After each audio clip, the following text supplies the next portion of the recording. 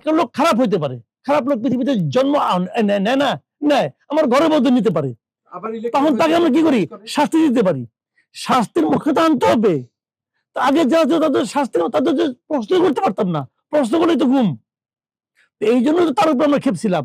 আর এদেরকেও প্রশ্ন করা যাবে না, প্রশ্ন করলেই সমস্যা। আমি একটা এক্সাম্পল দিতে, আমারই প্রফেশনের লোক, আমারই বন্ধু আনিস আলমগীর, তারা আপনি জেলখানে রাখছেন আটকে, কেন বলেন তো? আপনি আমাকে ব্যাখ্যা দেন।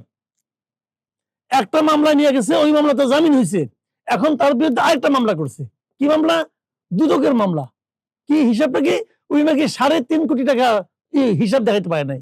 ভাই হিসাবটা তো ক্লিয়ার রে ভাই, আমার বন্ধু, আমি জানি এই পূর্বাচলে প্লট কে না পাইছে, সাংবাদিকদের মধ্যে যে অ্যাপ্লাই করছে সেই পাইছে।